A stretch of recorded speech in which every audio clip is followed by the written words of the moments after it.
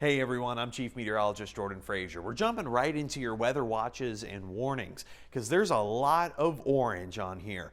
I don't know if you guys are a fan of Syracuse or not, but no, that's not what we're talking about here. I'm talking about all of these heat advisories. And most of these heat advisories are typically issued when temperatures feel like above triple digits.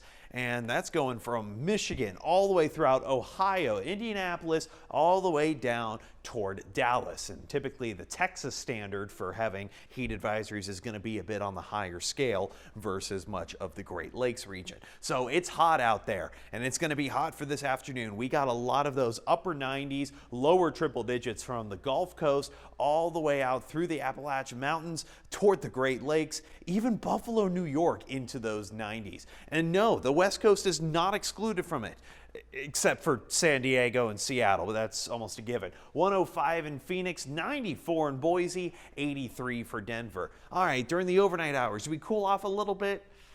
Not so much. No, not efficiently, that is. Still a lot of those upper 70s and lower 80s across much of the East Coast.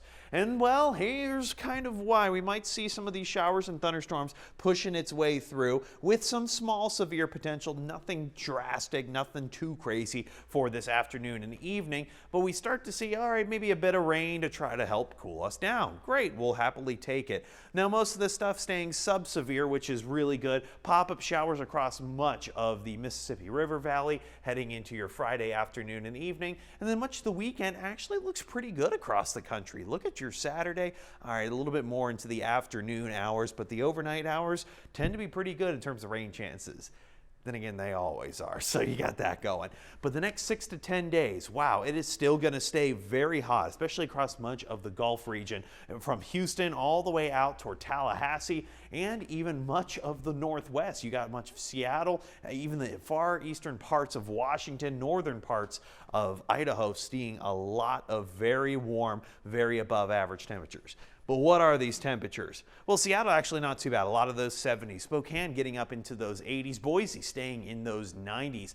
Moving on down. Phoenix, all right, actually staying below 110. That's a start. But even Denver getting awfully close to those triple digits. San Diego staying 70s and beautiful as always.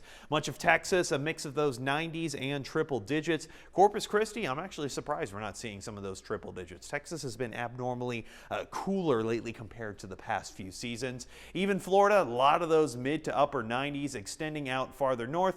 90s, triple digits in the Carolinas. Wow, it is heating up out there, so make sure you guys stay hydrated, stay cool, take breaks in the shade, and stay safe out there.